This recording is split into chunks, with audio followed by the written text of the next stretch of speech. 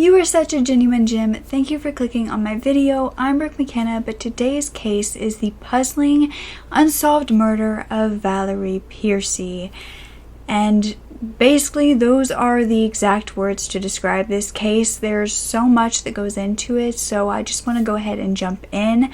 But I do want to quickly say that there were very, very little sources and information on this case, so I want to thank the Trail Went Cold podcast for their research and information, and I will have them linked down below because I did get a ton of information from them and it was brilliant research. I do post true crime all the time on this channel, and if you want to listen to more stories and hear about these victims, then I would love for you to subscribe down below, and a thumbs up always helps as well.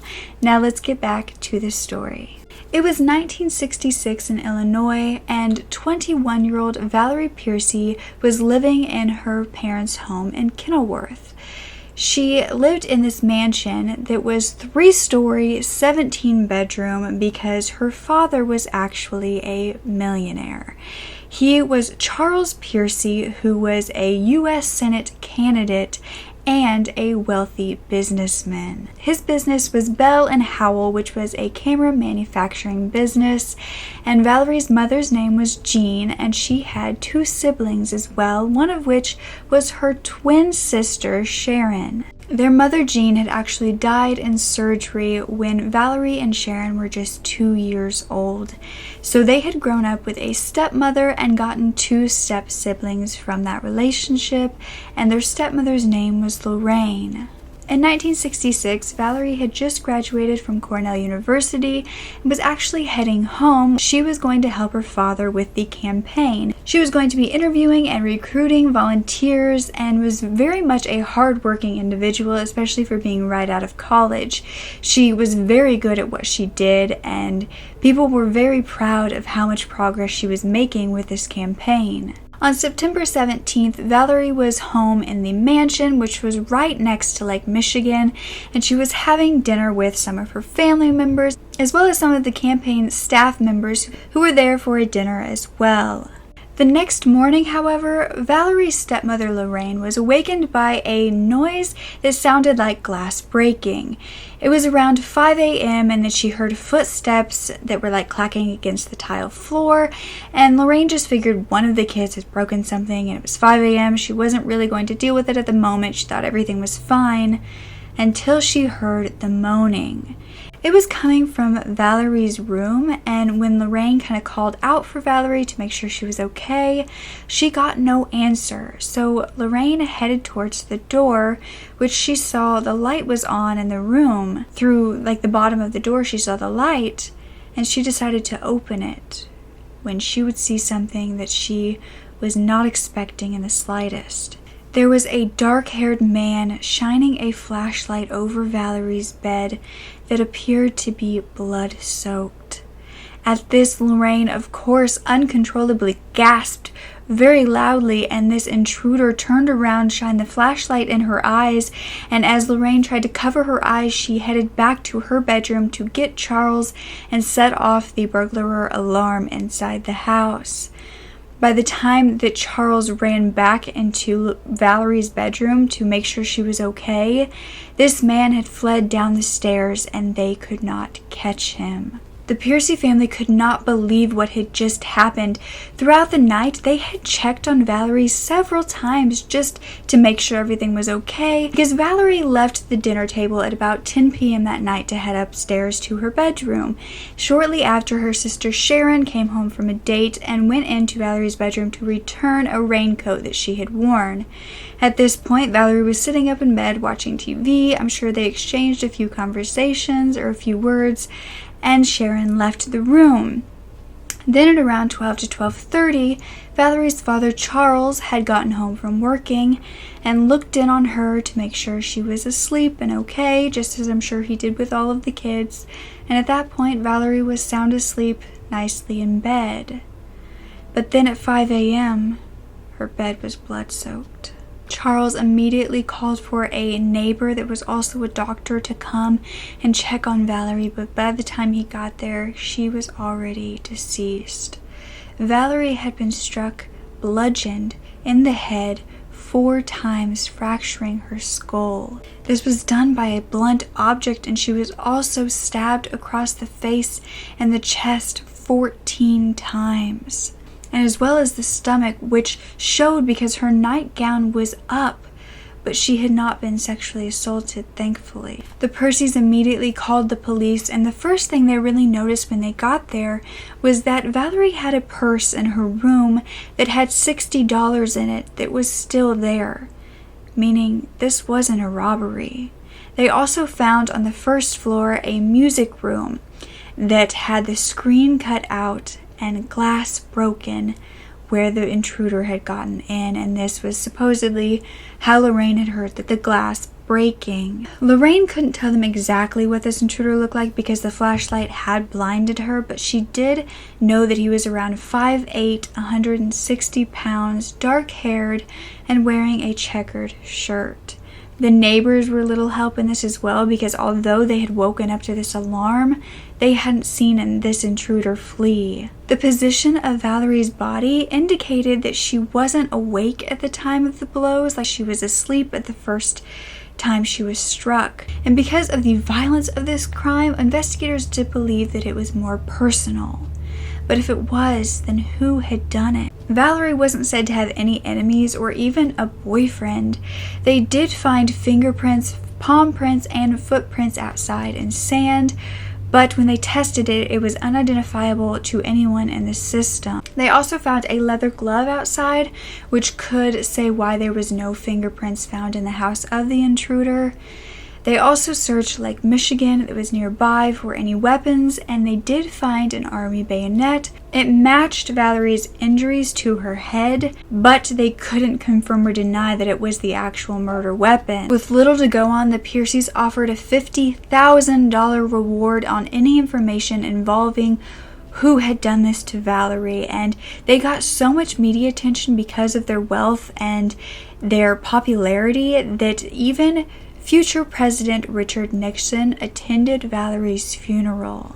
Investigators talked to thousands of people trying to find any information. They also found that 2 similar crimes had happened in that area around the same time. You see, back in June 30th, a 19-year-old named Sharon Bubes had woken up to see a man standing over her in her bedroom, holding a ball-peen hammer in one hand and her underwear in the other. The intruder told her not to panic, but when she screamed, he hit her over the head. At this point, her mother ran in and he fled out the window and down the ladder, so she actually survived. But this intruder appeared to be about 17 to 19, 5'10", dark-haired with glasses, and wearing a green plaid shirt. And this crime actually happened in Evanston, which was 3 miles from Kenilworth. Then a week after Valerie's murder, another murder happened in Cincinnati. It was September 25th when 28-year-old Jerry Bricka, 23-year-old Linda Bricka, and 4-year-old Debbie Bricka were all murdered in their beds. They were all stabbed to death, and Jerry and Linda were both tied up. Now, of course, this is in Ohio, which is 5 hours away from Kenilworth, and it may not actually truly be connected looking at that. But if you look deeper, you'd find that Linda actually came from a wealthy family in Chicago, Illinois. Linda often knew a lot of the same circle that Valerie did, that the Percys did, and could have maybe even known them. And all 3 of these cases that I talked about have never been solved. However, in Valerie's case, they did have some main suspects that they looked into for a very long time that included a cross-country burglary gang, which consisted of 3 men. The first named Harold James Evans, the next Francis Leroy Holmeyer, and Frederick J. Malchow, and they were said to be connected to the mob. You see, because in 1969, 3 years after Valerie's murder, Harold came forward saying that Frederick, another member of his gang, had confessed to killing Valerie, and Francis, the other member, confirmed this. Unfortunately, 2 years prior, this Frederick that they were trying to blame had died because he had tried to evade police, not wanting to go to prison, and he fell off a railroad trestle to his death. The other two in this gang were in prison at the time of their confessions. After this confession from Frederick's partners in crime, investigators started to look back into the people that they had originally interviewed in Valerie's case, and Frederick was one of them. But at the time, he said that he had nothing to do with the case, he knew nothing about it. However, Harold said that Frederick had told him that he had bought a ticket to go to Illinois just to burglarize the Percy residence. And when he was in Valerie's room, she had woken up, and that is why he killed her. But remember when I told you that these three might have a connection to the mob? Well, a local mobster named Leo Rugendorf actually came forward when all of this was happening and said it wasn't Frederick who confessed to murdering Valerie, it was actually Francis. And he said that Francis had been watching Valerie in this home for a while and even called Leo from inside the residence one time when he was scouting it out. And there was actually a confirmed phone call from the Percy residence to Leo's business around this time. Francis's brother also came forward saying that Francis had confessed to him as well, saying that he had murdered a girl, and when Francis's brother asked who, he said, "You'll hear about it in all the newspapers." But then after Harold said that Frederick was the one who killed Valerie, Francis almost went along with it, even saying that Frederick had been the one to come to his apartment that day and hand him bloody clothes to burn. However, Francis's girl at the time said that there was no exchange of bloody clothes ever. And Frederick was actually the one that they found a luggage tag for from the airport for Illinois around that time. So who's telling the truth? Did Harold and Francis use Frederick as a scapegoat, especially because he was already dead and couldn't defend himself? But honestly, it really didn't matter because neither Frederick or Francis's handprints matched the ones found at the crime scene, so they really couldn't be connected. But the investigator on the case, Robert Lamb, was convinced that it was Frederick Malchow who had murdered her and who had done it alone. But it took until 2013 for another suspect to really arise that made people wonder if this could have been her killer. Because in a book by Glenn Wall, there was a man named William Thoreson III. William was a wealthy man whose family lived a block and a half away from the Percys, and although he was an adult at the time this murder happened, he often came back to his parents' house. And he was said to be a very erratic man who had trouble with the law, and in case files from his previous arrest had been described as a mental case and armed and dangerous. William and his brother actually had charges pressed against them by their own father for burglarizing the family home. And a day before their trial, William's brother committed suicide.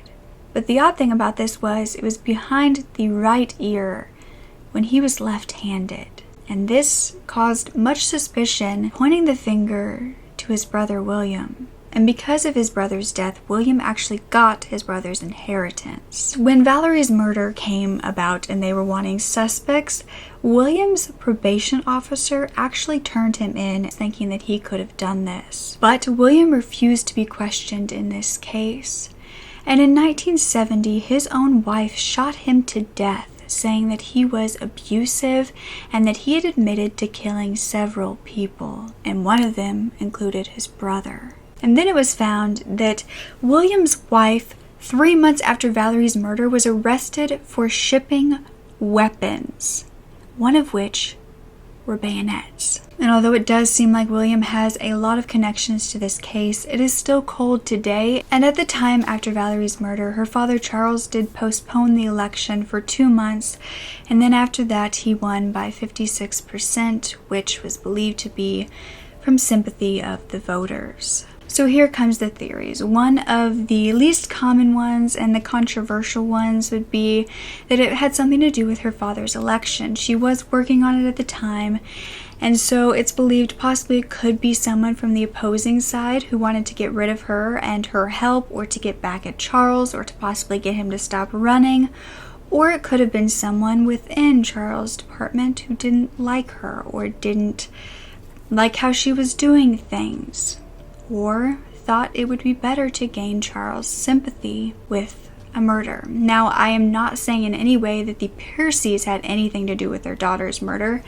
I don't think that in this case that stands whatsoever, but I do think if someone from his campaign team believed that would be better, they would do that for their own sake and not necessarily because they were asked to. I think people in politics will do a lot of things to win, and not even necessarily the people running, but the people behind the scenes. So that could be one, but it's least likely out of the list, I believe, because the murder was so personal that it would have had to be more than just somebody wanting to have Charles win. It had to be anger and personal.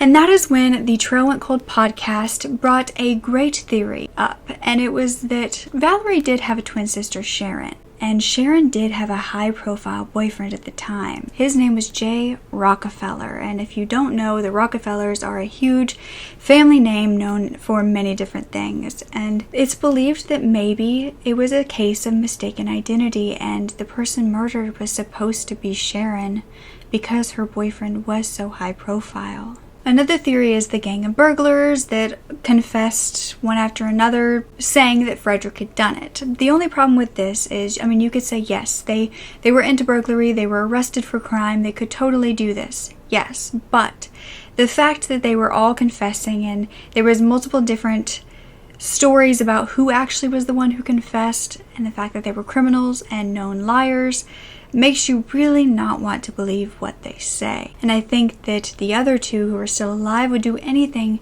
say anything to cover their own butt if they believed that somebody was going to find out that they had killed her. But the theory I believe the most is William Thoreson, and not only because there is so much evidence against him, but because he lived so close to the Percys at this time and throughout his life. I think if he knew the Percys at all, possibly at one point he had had a crush on Valerie, or he had hit on her, or he had had a thing with her, and possibly got rejected. Maybe he was trying to cheat on his wife at the time. Maybe he was really, really wanting to get with Valerie and she didn't want a part of that because her life was focused more on her father's campaign. That would have been a very personal attack. And after his brother's death that he allegedly had a hand in doing, could he have realized what he was capable of and gone after the girl who rejected him? Is that why Valerie's dress was up? Did Valerie's stepmother walk in right as he was about to assault her, but then he had to flee instead? I'd love to know your theories, but that's one that I just think could be likely. He was described as a madman that just had no need for the violence that he created, but he just loved creating it. And in 2010, the Percy house was actually demolished. And then in 2016, 12 pages of the case file were released because people were wanting to see more and more information to help solve it.